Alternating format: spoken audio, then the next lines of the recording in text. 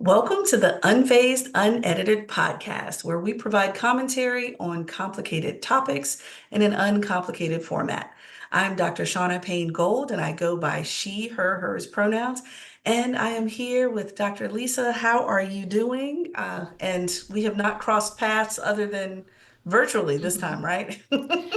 Just virtual path crossing. Yes, I'm doing well. Hi, everyone. Good to be here. Pronoun she, hers. It rained a little here today in Colorado.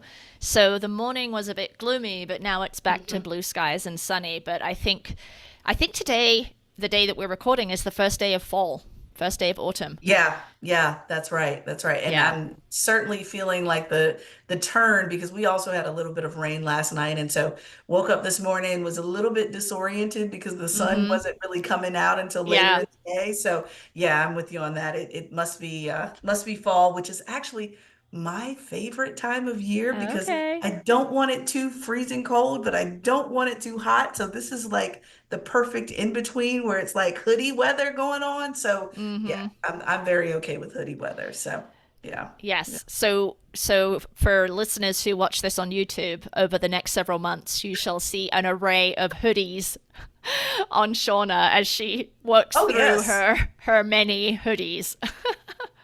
Oh my gosh. I don't want y'all to see my closet because I have countless hoodies. I need to diversify though because most of them are black with some type of print on them. The one I have on right now is mint colored, but yeah, I need to diversify a little bit because I probably could wear a different hoodie every day for like a month and still not run out. I mean, that's just my thing, y'all. So for real. My favorite is my $8 thinking hoodie that I bought in Walmart 100 years ago because it was so cold working in Panera on my dissertation. I had to go buy something. It's still hands down my favorite because it's broken in, just right. So, but let's dive into this week's word of the week. And you all know we've been talking about this concept for months, actually. We've been toying with some type of merch with like the word completely obliterated on the front of it because it's something that we talk about and think about all the time. It's swirling around in the atmosphere all around us all the time, but most people don't say it and some don't see it. So, exploitation. Now, this is what's interesting, y'all. When I consulted more than one dictionary to look up the definition, it gave me a couple here. The noun usage is the use of something in order to get an advantage from it, right? But then underneath a secondary definition was really profound because that's when we got into the quote unquote negative definition of exploitation, the act of using someone or something unfairly for your own advantage. And so, Lisa, the thing that blew my mind when I was looking this up was okay, interesting. Who gets to determine whether there's a positive definition connected to this? Because I walked into the dictionary looking for what I presumed would always be a negative connotation, but we might need to rethink that. I'm even thinking about like leveraging, for example, like you're using a levy instead of lifting something on your own strength, you're using a levy in order to help you lift something for its advantage. I don't know. My mind is tripping right now because I just was not Mm. expecting that type of spin on the definition. Yeah, I don't see the first definition you read as being positive. I do understand what you're saying though. To get an advantage out of something isn't necessarily negative, but when you add the Hmm. word unfairly and to advantage yourself, that really does take a different turn. Like that's very clearly negative and a not cool use of exploitation, right? But yeah, I only understand it to be negative. And the interesting thing about that second definition is it includes the someone versus the some and the something. And I really think about the ways in which, particularly in an employment context, workers, people, humans are exploited for financial gain for the organization, the business, or whatever, right? So I like that's important for me that that's in the definition that we're talking about the exploitation of humans as Hmm. well. Hmm. And it makes me wonder too, and I know I've been saying this and I'm gonna make sure we put this in our notes at some point. I think we just need to dedicate an entire episode to capitalism, period, because part of me is thinking too around advantage. Sometimes that advantage piece gets interesting because it's to what extent, right? So if, of course, we live in capitalistic United States of America and the world. So if I'm running a business, I can't necessarily pay 150 and get 150 because then we're just passing through money. So I'm not really running a business. I'm just brokering a relationship. There needs to be some profit in some way. But once you get to a profit that then becomes so challenging that Shaunna is making 100 times more as the owner or whatever big name title is making 100 times more than anyone else, then it's gotten interesting because the advantage has gotten too large. Maybe that's where my Yeah, brain is going here. yeah, it's profit abstractly I don't think is exploitative, right? As a small business owner, obviously you need to make some profit so that you have an income, because if otherwise you would it would not be financially viable for you to be a small business owner. But Right, that's right, different. That is different. I think so. I think if we, I don't think profit alone is necessarily exploitative to your point, and that, but when that gap that you right, right, describe gets so large and your employees can't even afford to live, but you're right. going off on a yacht somewhere, that is where it becomes problematic. Or I mean, it Mm-hmm. becomes problematic a long time before that, but that's just a very explicit example. Right, Yeah, right. I got you. Yeah, yeah, yeah, of yeah. course. Exactly, exactly. Yeah, so I think we need to continue grappling with it. And now that we've said it, gosh, it was last year sometime, Lisa and I read this really great article that highlighted exploitation in our home field of higher education. And then after we read that article, we started seeing it obviously everywhere. And so with that, we may grapple with it further down the road as it explicitly relates to capitalism. But hopefully, as you listen to today's podcast and moving forward, other episodes, you will probably hear exploitation in many different angles and ways. So just pay attention as we continue to highlight it, because our goal is, of course, to highlight who is usually less highlighted, those that are being exploited, right? So that's our hope. But we wanted to lift up that word of the week so that you can see it and feel it and understand it and grapple with it, just as we are stumbling through grappling with it as well. Okay. So let's get into phase one. Lisa, let me tell you, I have never really had a claustrophobic anything in my life. Yes, I like lots of space, but if I don't, I'm usually okay with it.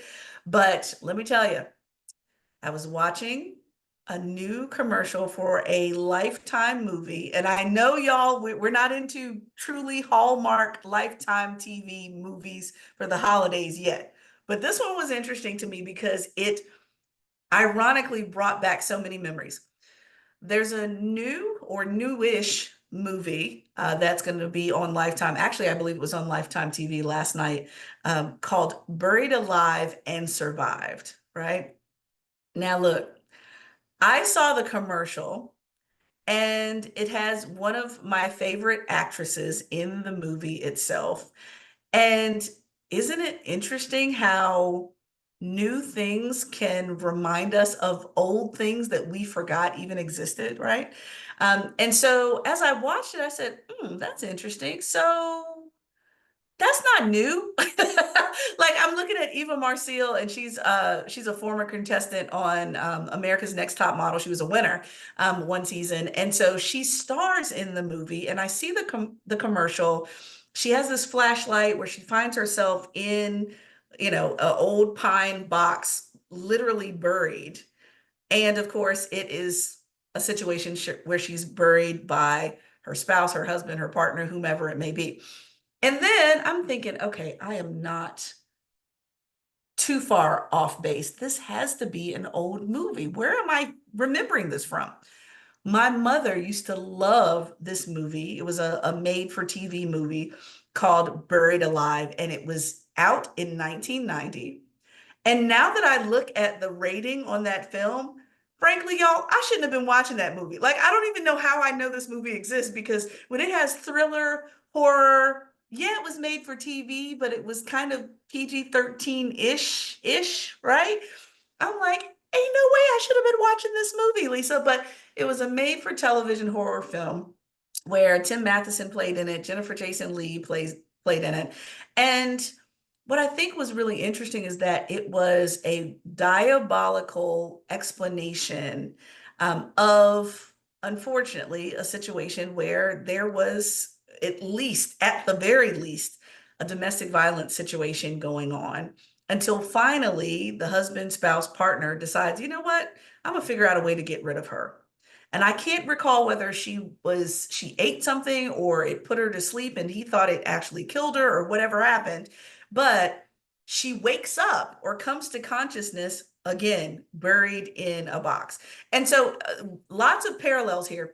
So it had me wondering, Lisa, especially given your area of expertise, working with gender-based violence, it has me really intrigued because I don't think I plan to watch it per se, even though she's one of my favorite actresses, because now I have a different perspective on it.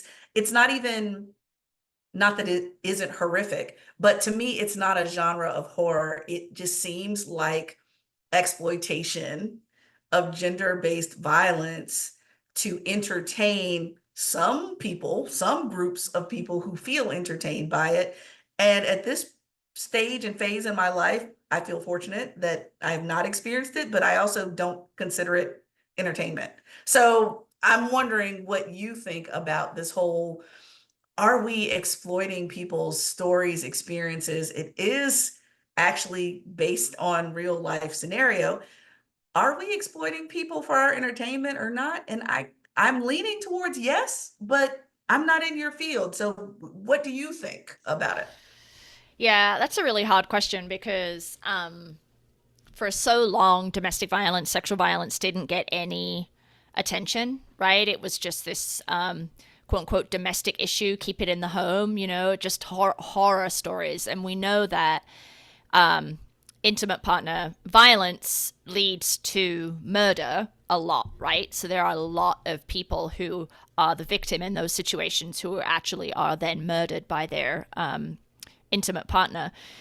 So it's a little bit, it's kind of like what we were talking about last week with regard to the body cam and or phone videos of black men who are pulled over by the police and whether or not I as a white person should watch them. Yeah, And yeah, what does yeah. it mean for me to, I wouldn't say they're entertaining, but I am obviously consuming a very difficult and painful and sometimes fatal situation, right? From a real person. And while this is a dramatization, it is still someone's story. Um, so I don't know because when did you say it was originally made? What year? So it was originally made in 1990, so it's been quite a bit of time. Okay. It didn't really receive as much attention, but I just think it's fascinating. And of course, I believe it was an all-white cast, and so Buried Alive and Survived is not. And so, that's another twist on it as well. So yeah, but it's been at least since 1990. So 1990, right? We're still in that era of a lack of recognition for the violence people, particularly women, experience in intimate relationships, right? Because the Violence Against Women Act here in the United States didn't pass until 1994, and that really did draw attention. So in that sense, I don't know how many people watched it back then, but potentially, movies like that released around that time could have helped kind of coalesce some anger or awareness around these issues. So to remake it and re-release it now, although domestic violence is still underreported, underbelieved, right? So it's not like that issue is solved.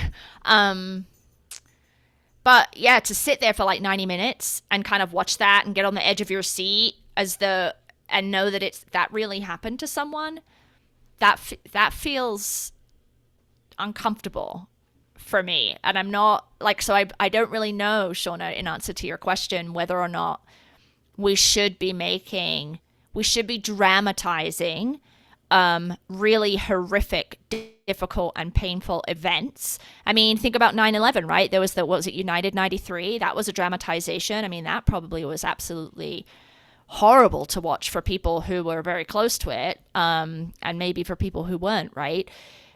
What is the utility of that? Like, what does that do outside Yeah. of make the movie maker money, right? Like, I'm not Mm. sure on that. Hmm. Well, I'm not sure either.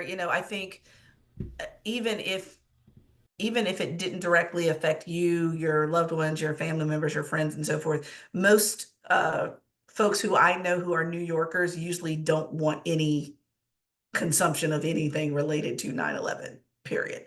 Um, but at the same time, I'm flipping the other switch on because we're always trying to look at things from several different perspectives. Even if it's a dramatization, isn't almost everything a retelling or a narrative of some form of some type of exploitation?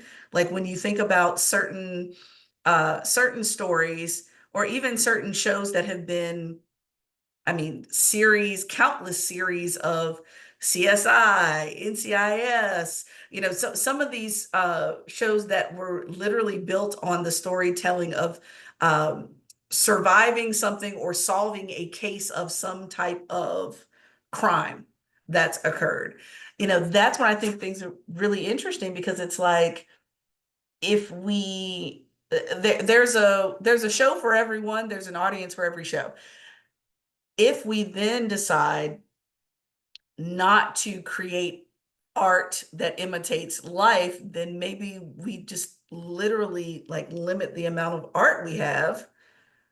So yeah, my brain spins on that, but I do understand too how it's a unique perspective of saying, no, I know this almost exact situation was inspired by someone's real life experiences. This is not a hypothesis. This is not imagination. I don't have to imagine too much to imagine violence against a woman in her home by her husband. Da da da. I don't have to imagine too hard because we know what's happening all around us all the time.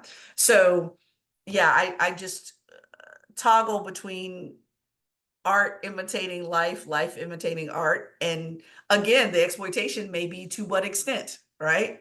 So if we're imitating something that's pleasant, most movies, TV shows, what have you, they aren't 100% pleasant because there's nothing to solve, there's nothing to resolve, there's nothing to put a bow on at the end of it. But at the same time, how close is it to reality? I don't know. I don't know. Yeah, I think the CSIs and the Law and Order kind of thing, I do agree with you that in some way the writers are crafting those narratives or the threads of those narratives probably from some true crime or some awareness or some news article, right? But it feels like a several degrees removed. Um, but when you're looking at a movie or a short series that is based on someone's life and that is related to that person or group's experience of violence, that's where I feel like it gets tricky because there is a both and to your point around Emmett Till, right? And there's been a movie made of that. Um, that is an important point of education.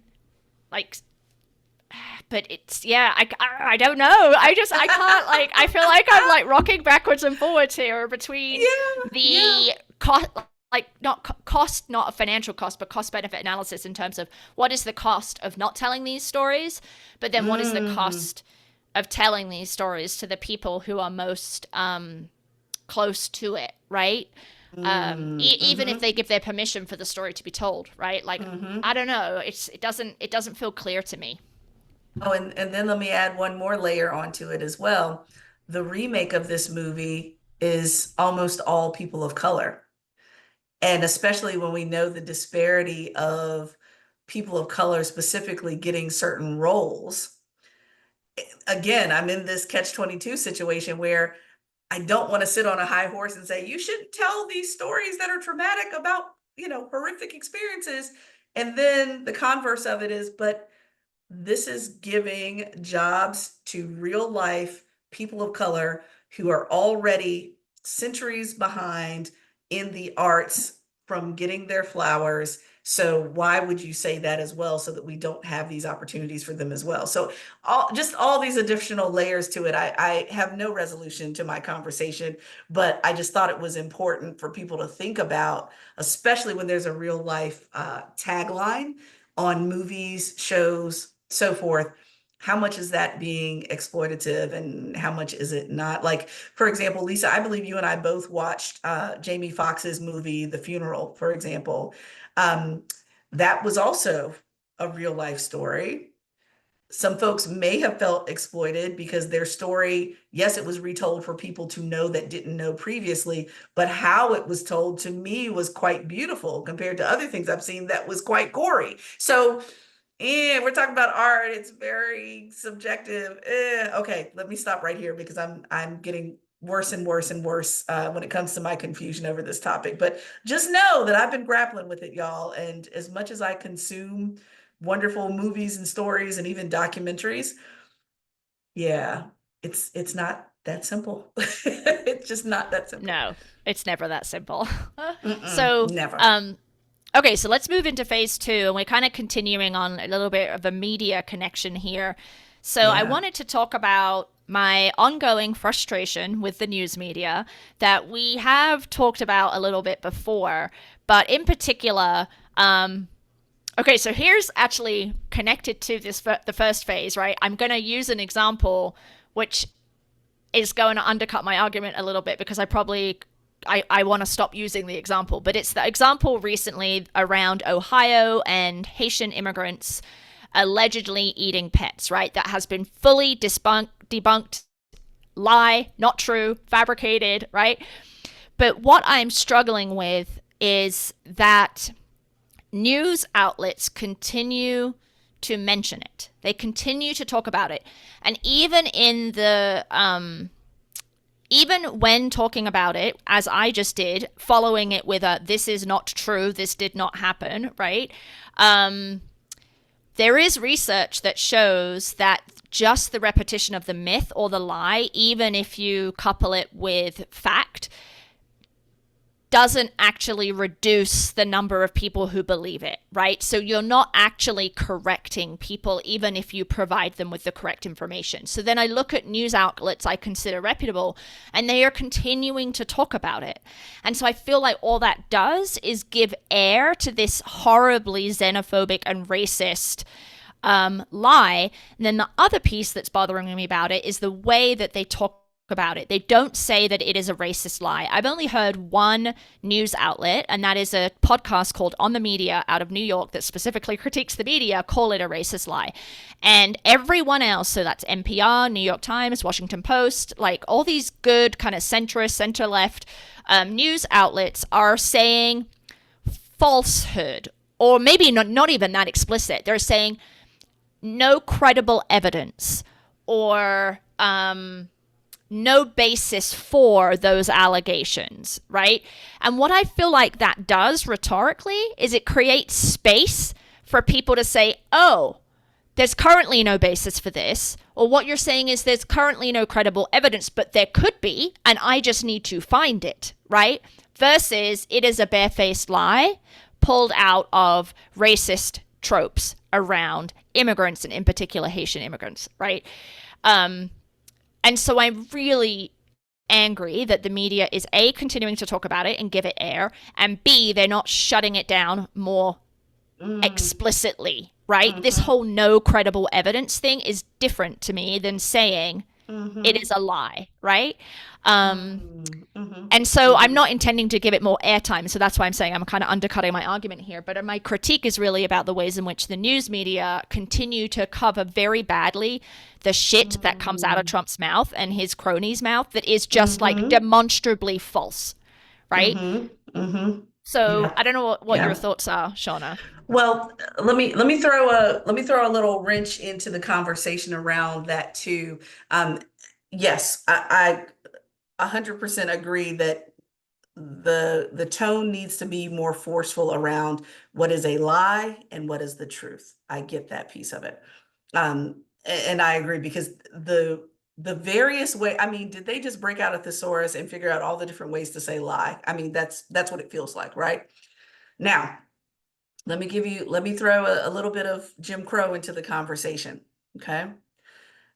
The way I was raised, the way a lot of African Americans were raised in their communities, part of Jim Crow etiquette was truly a bit of tongue biting, if you will, in that Black families do not use the word lie.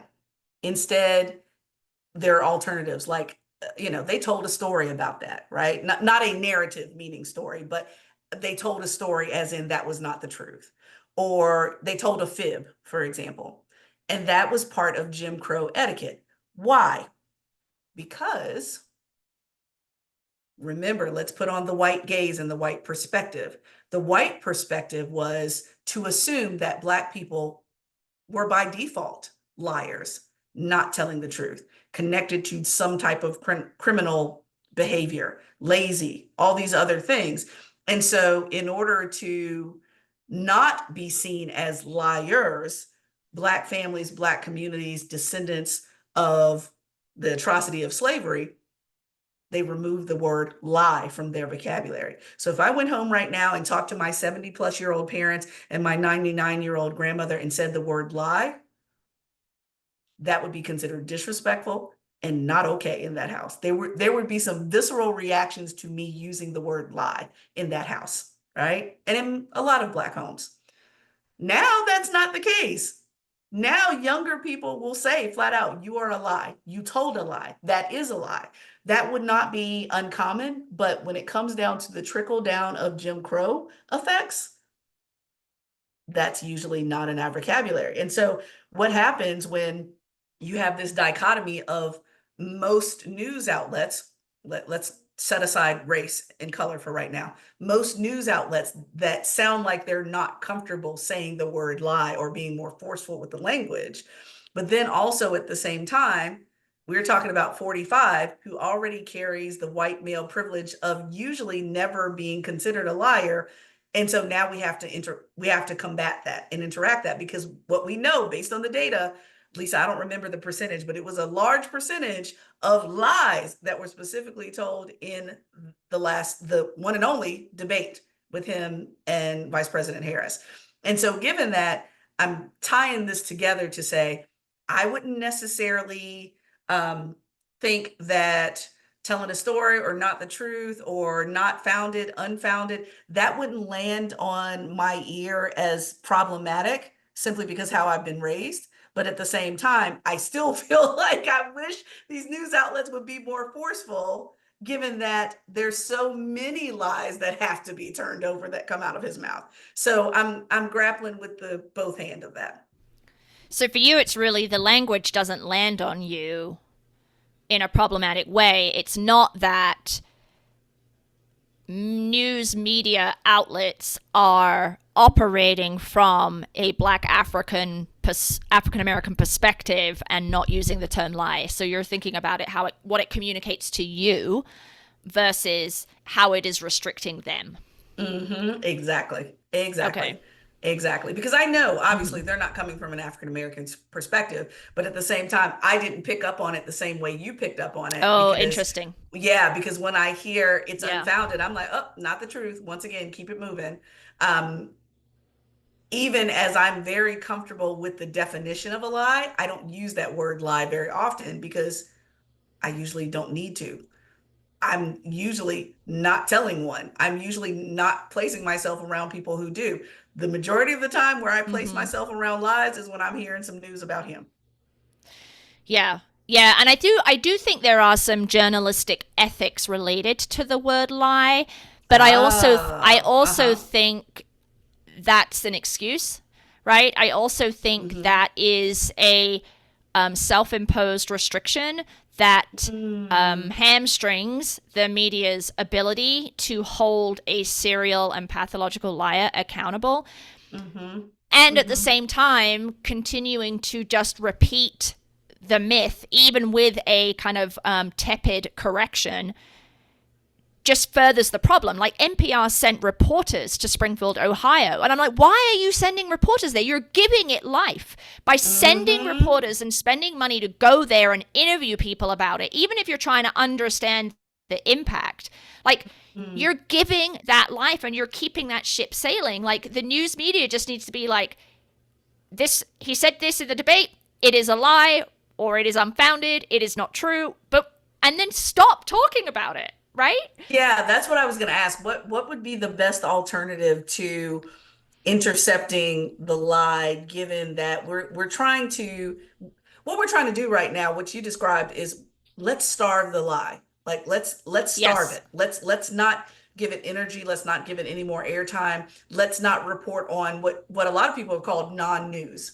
Like we Mm-hmm. went all the way to Ohio to just verify that something that what already we knew wasn't true is definitely not true. Exactly. Yeah. Yeah. I got you. Okay. Okay. Yeah, I Yeah. mean, I don't think, I wouldn't say this is an easy answer, and you and I obviously don't work in journalism, but I do Sure. think that there is a constant resistance to Mm-hmm.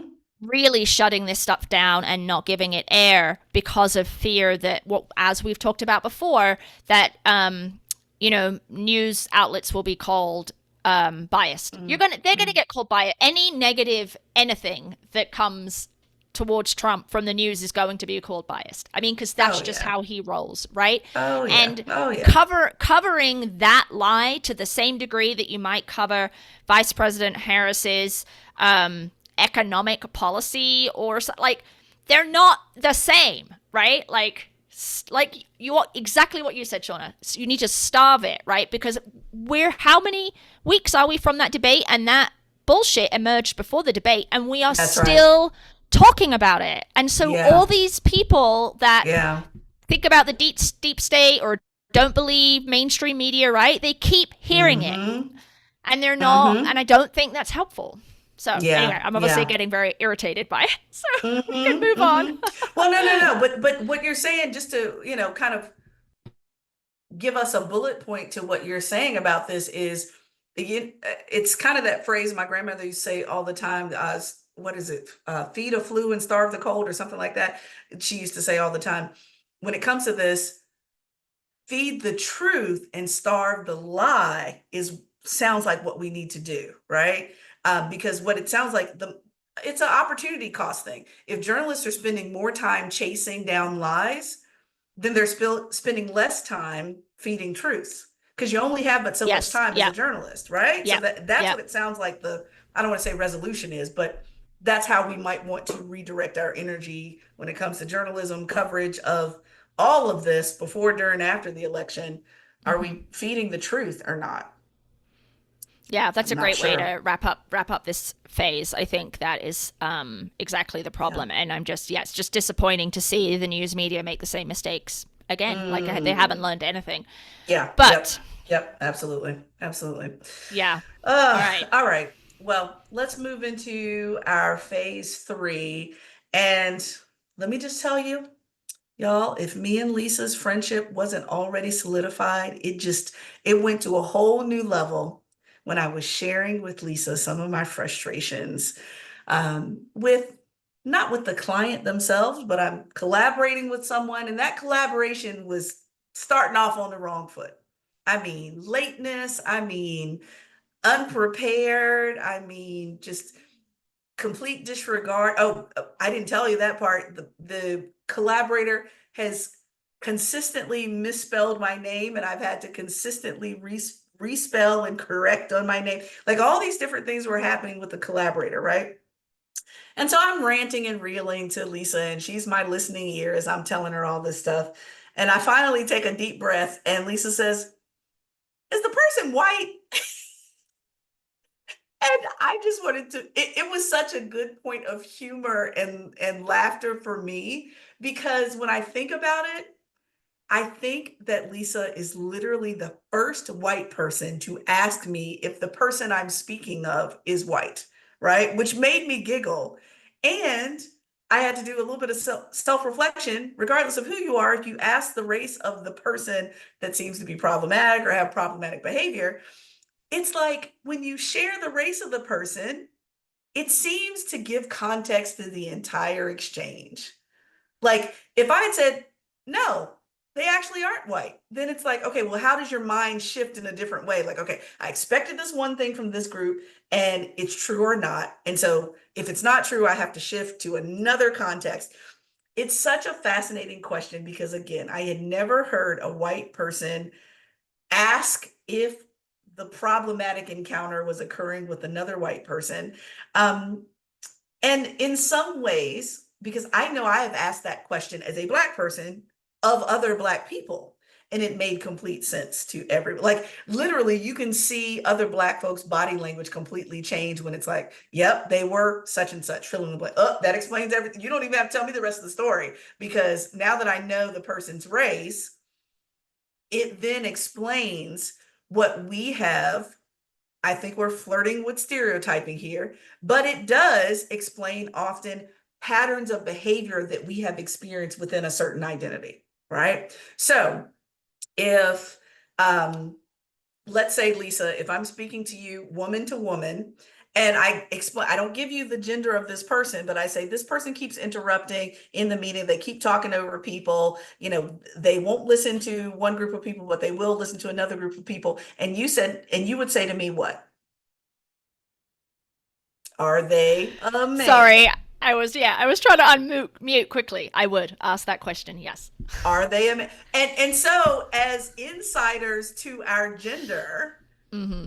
if we heard patterns of behavior that we've experienced, it would not be surprising if we both said, or if I said man in response to your question. It would be surprising if one of us said woman because we haven't experienced Yeah. it that much, if ever, with women, right? And so I hesitate to go all the way in the direction of stereotype when it's based upon repeated behaviors and experiences over our lifetime of specific groups.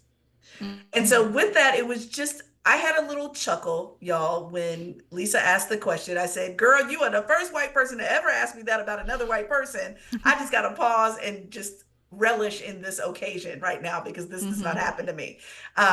But Lisa, what were you thinking as we shared that moment and you asked the question? Because clearly you asked it for a reason, right?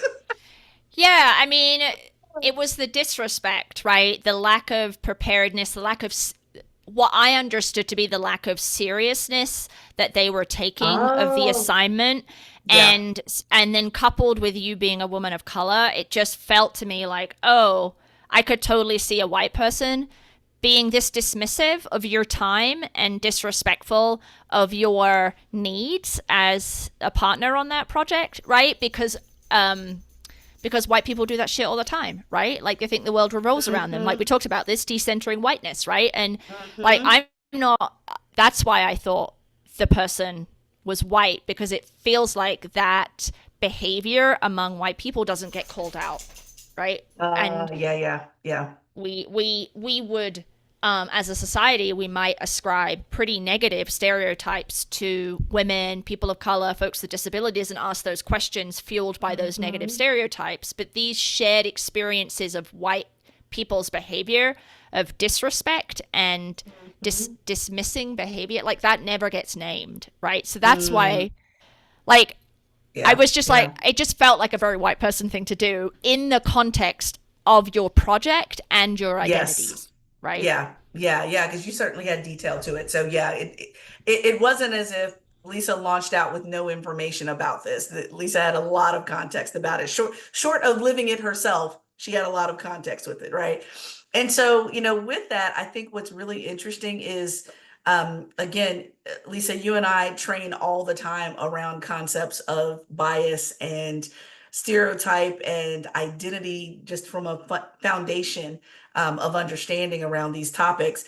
And again, we also know it's connected to neurology. And so when it comes to bias, yes, we know there can be good bias, there can be bad bias. I think the most dangerous bias, frankly, is really encapsulated in the exchange that we had, which is if you're so sold out on your bias that it becomes a stereotype that you are unwilling to course correct or recorrect with new information, then we have a problem.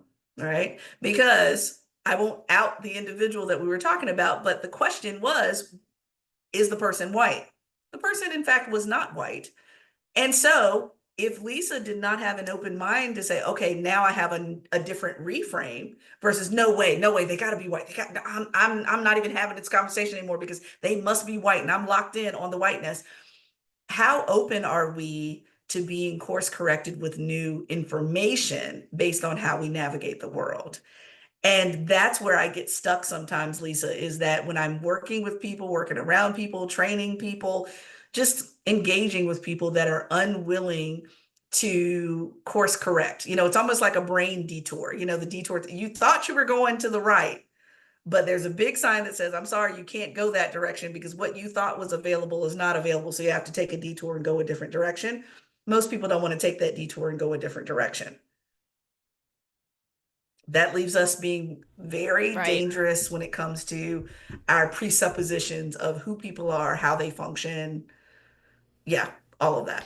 All of that. Yeah. Yeah. I think this is interesting, right? Because I don't think among white people that there is a widespread acknowledgement of the ways in which white people are disrespectful to other people, particularly people of color's time and expertise, right? Like, so, Oh, goodness. Yes. Yes. Yes. but Yes. I Yes. see that framing or understanding would exist within communities of color, but I don't think white people see that, right? So, um, for me to for me to ask, are they white? Is kind of trying to out that, but also I do think it's interesting. Like if I had said, are they Latinx? Are they some other racial identity? That would have been a whole Right. different That's problem, right. That's right? right. Because as a That's white right. person with racial privilege, I'm pulling on these kind of long standing stereotypes about people of color that exist out in the universe. And I don't think those same stereotypes about that behavior exist for white people because of white supremacy, right? So Yes. Yes.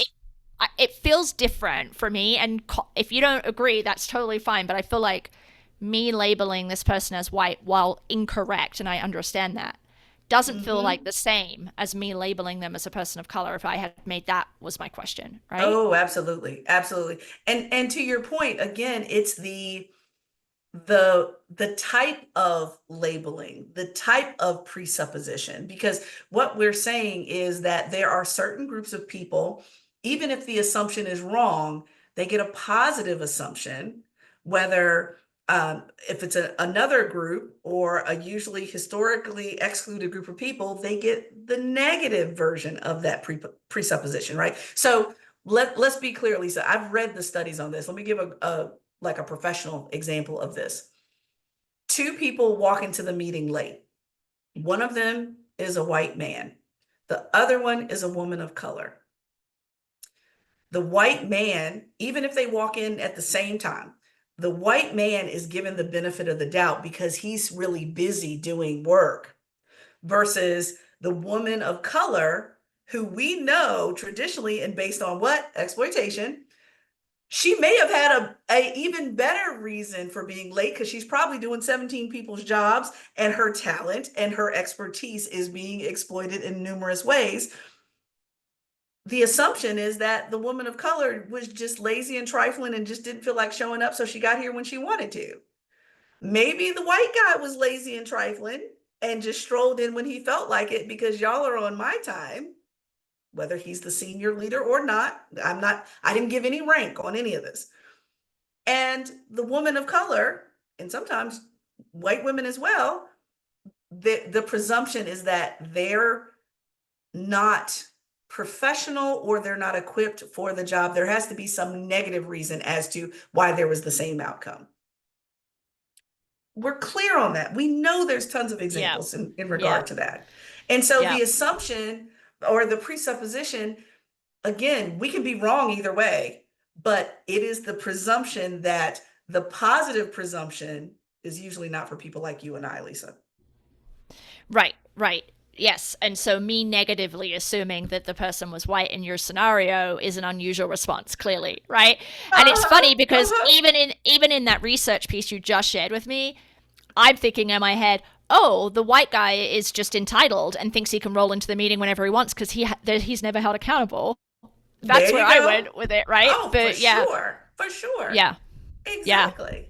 So, I want to, I guess, give a word of caution in regards to what we think is really going yeah, on, how our brains have been socialized and still try to figure out these shortcuts to context yep, and understanding the lived realities of folks. Because, you know, and let me be clear, y'all, the white guy could have been late because he just came back from taking a loved one for dialysis. I don't know. It could be any reason, but the shortcut in our yeah, brains told us yeah, something positive about him where it was something negative about her.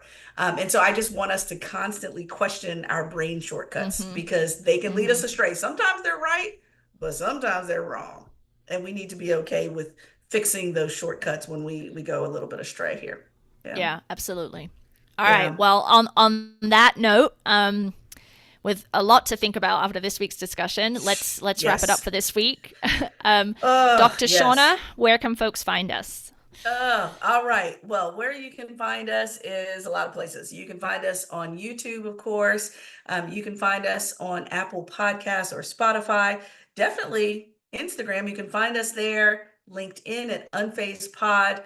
Email us if you have a question, comment, or look, if you have a word of the week that you want a definition on, email us at info@unfazedpodcast.com. And of course, our website, unfazedpodcast.com, where you can find everything, the old shows and the new shows. So if you liked this week, please like, subscribe, leave a review, share with friends, coworkers, or others in this phase of your life. So, Dr. Lisa, until next time. Until next time, folks, see ya.